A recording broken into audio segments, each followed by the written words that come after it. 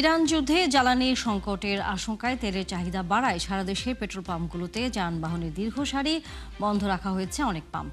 এই সুযোগে এক শ্রেণীর অসাধু ব্যবসায়ীরা অবৈধভাবে মজুত করেছে জ্বালানি তেল। ফলে সরবরাহের বিপরীতে স্পষ্ট হচ্ছে সংকট যেভাবে জমা দিতে হবে। দেশের বিভিন্ন জেলায় গাড়ির লাইসেন্স দেখেই তেল দিচ্ছে প্রশাসন। লাইসেন্স নেই তো তেলও নেই। দর্শক, আমরা এই বিষয়ে বিস্তারিত তথ্য আরও জানবো। আমাদের সাথে যুক্ত হয়েছেন এই বিষয়ে আলোচনা করবার জন্য অতিথি হিসেবে জ্বালানি বিশেষজ্ঞ অধ্যাপক ডক্টর মোহাম্মদ ইকবাল হোসেন, এবং একই সাথে আছেন বাংলাদেশ পেট্রোল পাম্প অনার্স অ্যাসোসিয়েশনের যুগ্ম আহ্বায়ক মোহাম্মদ আবু হিরণ। আপনাদের দুজনকে ধন্যবাদ এবং স্বাগত সংবাদ যুগে। প্রথমে একটু জনাব আবু হিরণ, আপনার কাছে একটু আসতে চাই। সেটি হচ্ছে লাইসেন্স নেই তো তেল নেই, এরকম একটি কথা আমরা আসলে বলছি। সেই হিসেব করে লাইসেন্সের যে বিষয়টি সেটি এত দ্রুততার সাথে যাচাই বাছাই করবার মতো জনবল এবং একই সাথে সাধারণ মানুষ যাদের লাইসেন্স হয়তো এখনও রিনিউ হয়নি বা কোনো কারণে নেইও, আমরা জানি অনেক অবৈধ যানবাহন চলাচল করে, তারা কি তাহলে শেষ পর্যন্ত তেল পাবে না? ধন্যবাদ। এই আজকের এই উদ্যোগ সরকারের যথাযথ, কারণ আজকে লাইসেন্স নাই যাদের, তারা আসলে এই বারবারই বিভিন্ন ফিলিং স্টেশনে তেলের জন্য তারা যাচ্ছে। আবার এই তেল নিয়ে তারা খোলা বাজারে বিক্রি করতেছে 300 থেকে 500 টাকা লিটার। এবং সরকারের এই পদক্ষেপের কারণে আমি মনে করি এখন এই পেট্রোল পাম্পের ভিড় অনেকটাই কমে যাবে। কেমন করে কমে যাবে? এই এই আজকের যাচাই বাছাইয়ের কারণে এই ড্রাইভিং লাইসেন্স, গাড়ির লাইসেন্স অনেক বাইকেরই নাই। এরা শুধু আপনারা কি শুধু বাইক মোটর সাইকেলেরই এই বিষয়টি দেখবেন? আপনি অন্য যেসব যানবাহন আছে, আমরা জানি বড় বড় যেসব বাসগুলো চলে তাদেরও হচ্ছে ফিটনেস, তাদেরও লাইসেন্সের ঘাটতি থাকে। বড় বিকেলগুলোর ক্ষেত্রে এই সমস্যাটা নেই।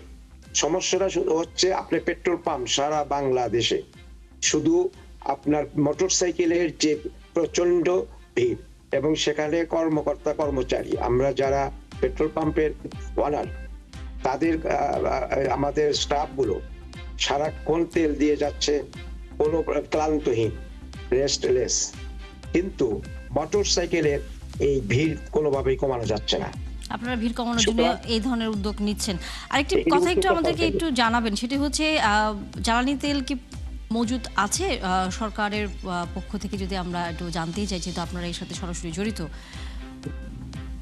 মাননীয় মন্ত্রী মহোদয় যথাযথ বলেছেন, তেলের সংকট নেই।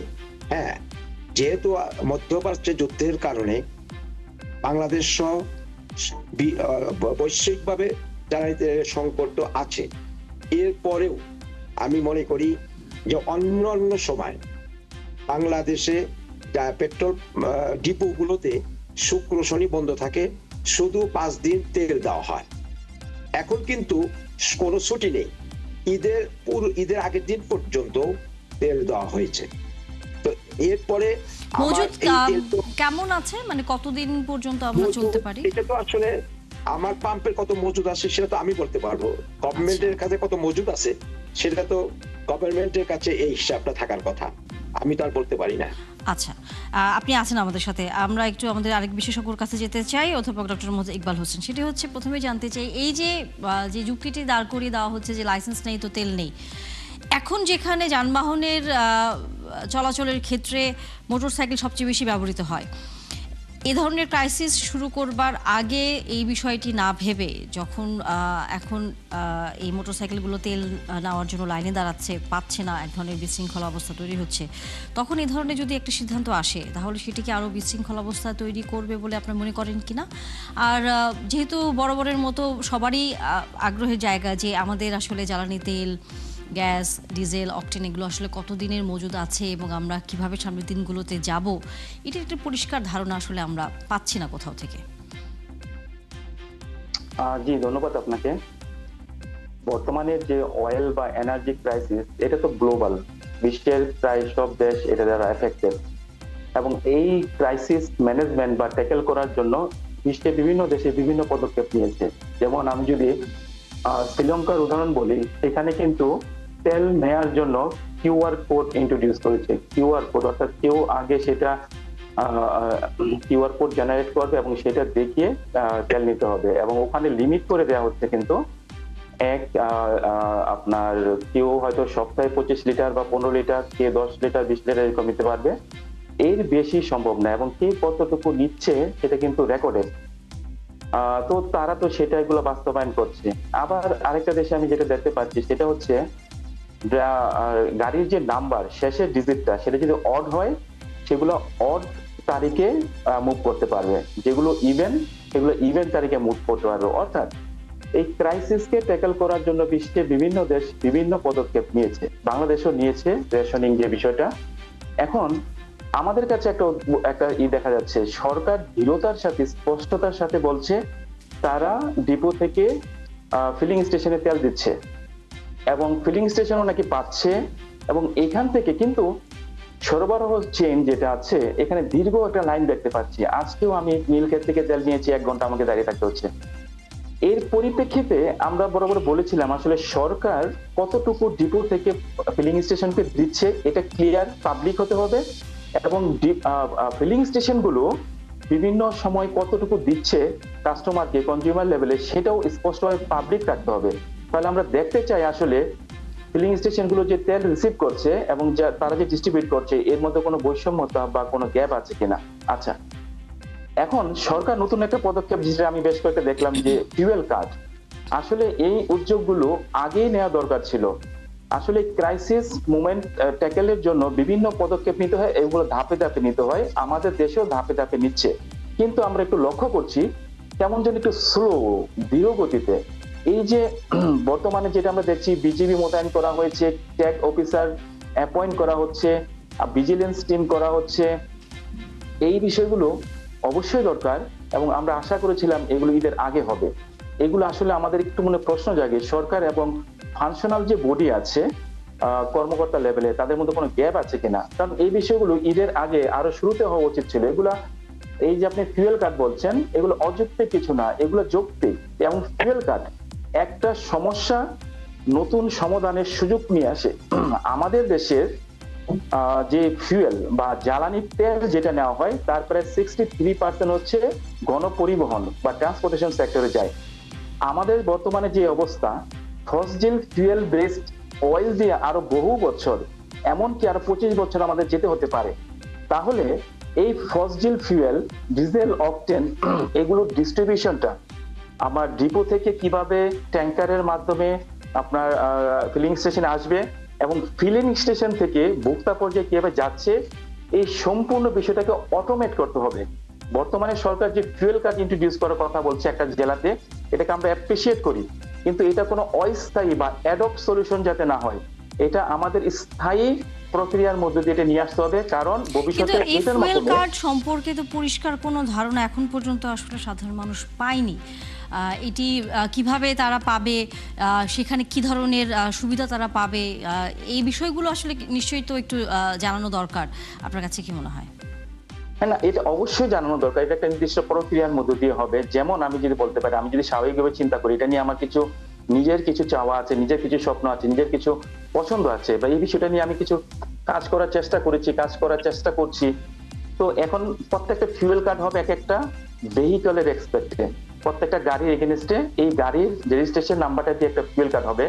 এবং দেশে যে দীর্ঘ প্রক্রিয়া, আমাদের দেশে যানবাহনের পরিমাণ এবং এই যে সিরিয়াল নাম্বার দিয়ে অন্যান্য দেশে নানা ধরনের ভাবে যেই সংখ্যাটি তৈরি করে তারা হচ্ছে এই ডিস্ট্রিবিউশনের কাজটা করে, সেখানে আমাদের দেশে আসলে এই বিষয়টি আপনার কাছে কি মনে হয় একটু দেরিতেই কি আমরা ভাবছি, মানে শুরু করছি কিনা? এটার উত্তর আমরা আপনার কাছ থেকে নেব। তবে আমাদের সাথে যেহেতু আছেন আবু হিরণ, আপনার কাছে একটু আসতে চাই। সেটি হচ্ছে বিভিন্ন সময় বা আমরা দেখেছি যে পেট্রোল পাম্পগুলোতে তেল ঠিকই নেই, কিন্তু আবার সেটি মজুত করে রাখছেন কোনো মালিকরা, আবার পেট্রোল পাম্পে সেখানকার স্থানীয় কর্মচারীরা কালোবাজারি হিসেবে বিক্রি করছেন, বেশি দামে বোতলে করে বিক্রি করছেন। এই বিষয়গুলো নজরে রেখে আপনারা কোনো ব্যবস্থা নিচ্ছেন কিনা কারো বিরুদ্ধে? ধন্যবাদ। আমাদের অ্যাসোসিয়েশন থেকে আমাদের বিভিন্নভাবে এগুলো মনিটরিং করা হচ্ছে, যাতে করে আমরা যেহেতু কমিশন এজেন্ট, আমাদের এই তেল মজুত রেখে আমরা বাড়তি দামে তেল বিক্রি করা সম্ভব নয়। এটা সরকার নির্ধারিত মূল্য। সেই ক্ষেত্রে আমি ইচ্ছে করলেই বাড়তি দামে তেল বিক্রি করতে পারবো না। তো এখানে যেহেতু আমাদের কমিশন, তো এখানে যেহেতু আমরা এই তেল কাস্টমার কাছে বিক্রি করার সুযোগ আছে। হ্যাঁ, আমাদের মধ্যে কিছু অসাধু ব্যবসায়ী আছে, তারা হয়তো তেলের দাম বৃদ্ধি হবে এই প্রত্যাশা নিয়ে অনেকে হয়তো তেল বিক্রি করে না। কিন্তু আলটিমেটলি এই তেল, যেখানে মাননীয় প্রধানমন্ত্রী ঘোষণা দিয়েছেন তেলের দাম বৃদ্ধি হবে না, তো এই যারা এই অসাধু চিন্তা ভাবনা, অসাধু ব্যবসায়ী, তাদের এই চিন্তাটা তো তাদের আর কোনো সুফল আসবে না। আমি মনে করি যে আমাদের মধ্যে কিছু ব্যবসায়ী অসাধু আছে, হয়তো বা তারা কোনো ব্যবস্থা আপনারা আপনাদের সংগঠনের পক্ষ থেকে বা আমাদের সংগঠন প্রশাসনকে থেকে সহযোগিতা করেছেন কিনা? আমরা প্রশাসনকে এই বিষয়ে অলরেডি সরকার ঘোষণা দিয়েছে। আমরাও এই বিষয়ে সমিতি থেকে বারবার বিভিন্ন পেট্রোল পাম্প মালিকদেরও আমরা অবহিত করেছি যে আপনার তেল যতক্ষণ পর্যন্ত থাকবে আপনি বিক্রি করবেন, কারণ তেল তো গভর্নমেন্ট আমাদেরকে দিচ্ছে। আর এখানে আমাদের যে বিষয়টা সেটা হলো, সরকার আজকে পর্যন্ত আমাদের তেল দিচ্ছে। বিশ্বের অন্যান্য দেশে তো তারা ইমার্জেন্সি ঘোষণা করেছে। আজকে আমরা এই যে সরকার এখন পর্যন্ত আমাদের আপনি বলছেন সরকার তেল দিচ্ছে, পাম্পগুলোতে তেল আছে, তাহলে শঙ্কার জায়গাটা কি? আমরা যে বিশৃঙ্খল অবস্থা হতে দেখি পাম্পগুলোতে, সেটি তাহলে কেন হচ্ছে? সংখ্যা ভীতি, এটাতে এক ধরনের প্যানিক সৃষ্টি করা, যাতে করে আমরা যারা তেলের দাম বাড়তে হইতে পারে, অথবা তেল এখান থেকে এক ধরনের গুজব সৃষ্টি করে যে আমরা বাড়তি দামে তেল বিক্রি হচ্ছে, একই ব্যক্তি 10 বার 5 বার করে পাম্পে এসে তেল নিচ্ছে। তো সুতরাং আমি মনে করি সাধারণ গ্রাহকদের মধ্যে এক ধরনের প্যানিক সৃষ্টি করা হচ্ছে যে তেল নাই সরকারের, এই জন্য তেল মজুত রাখো। তো আমি মনে করি সরকার যে ভাবেই হোক আমাদেরকে প্রতিদিনই তেল দিচ্ছে। এই রেশমিং বা যেটাই বলি, এই যদি আজকে যুদ্ধ কবে লাগা শেষ হবে আমরা কেউ জানি না। তো সুতরাং আমার তো অন্তত মিনিমাম 1 মাস সরকারের তেল মজুত থাকা উচিত। যদি কোনো কারণে এই যুদ্ধ আরো লং টাইম রান করে, তখন কি হবে? তখন তো আমরা এই তেল গভর্নমেন্ট দিচ্ছে, আগামীতে ওই আপনার ফিলিপাইন, তারপরে অস্ট্রেলিয়া বা আদার্স যে দেশগুলো ইমার্জেন্সি ঘোষণা করেছে, তখন তো আমরা ওই ইমার্জেন্সির মধ্যে পড়তে হবে। তাই আমি এই জন্য মনে করি সরকারের ওয়াইজ ডিসিশন, আমাদেরকে ছুটির দিনেও তেল সরবরাহ করতেছে। আমরা ততক্ষণ পর্যন্ত পাচ্ছি, আমরা পাম্প মালিকগুলো তাদেরকে গ্রাহকদের যথাযথ তেল দিচ্ছি। ডিজেল আমরা যে সব বড় বড় বিকেল গুলাকে আমরা তেল সরবরাহ করতেছি, কারণ তেল যদি ঠিকমতো সরবরাহ গভর্নমেন্ট না করতো, তাহলে কিন্তু আজকে ঈদের আগে পরে মানুষ তার বাড়িতে নিরবিচ্ছিন্নভাবে ঈদ করতে পারতো না। আমি মনে করি সরকার মনিটরিং করতেছে, এই মনিটরিং এর প্রয়োজন আছে, কারণ আমরা গুজবে বিশ্বাসী, আতঙ্কে বিশ্বাসী। আমরা সেই গুজবটি যাতে আসলে সামনের দিনগুলোতে আর না বাড়ে, সেই পদক্ষেপ আশা করি আপনাদের কাছ থেকেও। সরকার তো বারবারই বলছে যে আতঙ্কিত হওয়ার মতো কিছু নেই। সরকার হচ্ছে এরই মধ্যে বিভিন্ন জায়গা থেকে আমরা দেখেছি কথা হচ্ছে আসার জন্য, তেল হয়তো দেশে আসবে সেরকম প্রক্রিয়ার মধ্যে আছে হয়তো সরকার। অধ্যাপক ডক্টর মোহাম্মদ ইকবাল হোসেন, আপনার কাছে যদি আসি, সেটা ফুয়েল কার্ডের সর্বশেষ যে কথাটি আপনার সাথে আলোচনা হচ্ছিল, সাধারণ মানুষের ভিতরে তো এই ধারণাটি এখনো পর্যন্ত পরিষ্কার নয় যে ফুয়েল কার্ড দিয়ে সে কতটুকু সুযোগ সুবিধা পাবে। সেখানে যখন চুয়াডাঙ্গার প্রশাসক বলেন যে 30 এবং 31 মার্চ থেকে এইটি চালু হচ্ছে, সেখানে সাধারণ মানুষের ভিতরে আসলে এই বিষয়টি নিয়ে কোনো ভ্রান্ত বা বিভ্রান্তি তথ্য ছড়াতে পারে কিনা, কি মনে করেন? না, আসলে এই ধরনের প্রকল্প আসলে কোনো পাইলট স্কেলে অর্থাৎ 1-2টা জায়গা দিয়ে শুরু হয়, ওখান থেকে এক্সপিরিয়েন্স, সমস্যা কি কি হচ্ছে এগুলা বিবেচনায় নিয়ে এই প্রোগ্রাম বাটাকে আরো এনরিচ করা হয়। তো এখন তো সার্বিকভাবে সম্পূর্ণ দেশে এটা হয় না, একটা জেলাতে। এবং আমি আশা করি জেলা প্রশাসক নিজেরা করেছেন, শুরু করছেন, এবং স্টিল উনি হয়তো একটা প্রভিশন রাখবেন যারা ওই ফুয়েল কার্ডের অধীনে আসতে পারছেন না, তারাও কোনো মেকানিজমে স্বাভাবিকভাবে তেল নিতে পারছেন। তবে এইটা আমি যেটা বলতে চাই, যেটা আমি যেভাবে ভাবছি, ফুয়েল কার্ড এটাকে অটোমেশন যদি আমরা না করতে পারি, আসলে ডিপো অপারেশন এবং ট্যাঙ্কার এবং ফিলিং স্টেশন এবং ডিসপেন্সিং, এই সম্পূর্ণ জিনিসটা অটোমেশন এবং ডিজিটালাইজ করতে হবে। এর মাধ্যমে রাষ্ট্রীয় সম্পদ বা রাষ্ট্রীয় অর্থ বাঁচতে পারে, সিকিউর হতে পারে। ইন লং রান আমাদের অন্তত সামনের 25 বছরও আমাদের এখানে ইলেকট্রিক ভেহিকল এত দ্রুত ব্যাপকভাবে আসবে না। অর্থাৎ আমাদের ফসিল ফিউয়েল নিয়ে অন্তত আরো সামনে 25 বছর যেতে হবে। সো আমাদের এই সিস্টেমটাকে, রাষ্ট্রীয় সম্পদকে বাঁচানোর জন্য আমাদেরকে এটাকে অটোমেট করতে হবে। এটা প্রাথমিকভাবে পাইলট স্কেলে একটা দুইটা ডিস্ট্রিক্টে শুরু করে ওখানকার এক্সপেরিয়েন্সটা নিয়ে হয়তো সামনের দিনগুলোতে এটি কিভাবে কাজ করবে সেই বিষয়টি আরো পরিষ্কার জানা যাবে। আজকে আর কথা বলার সময় নেই। অনেক ধন্যবাদ আপনাদের দুজনকে সময় দিয়েছেন। আগামীতে আবারও নিশ্চয়ই কথা হবে। দর্শক, আমরা এতক্ষণ যুক্ত ছিলাম সংবাদ যুগে। এই ছিল আজকে সংবাদ যুগের আয়োজন। আগামীকাল ঠিক রাত 10টায় আবারও দেখা হবে নতুন কোনো বিষয় তার বিশ্লেষণ নিয়ে। থাকবেন ৭১-এর সাথে।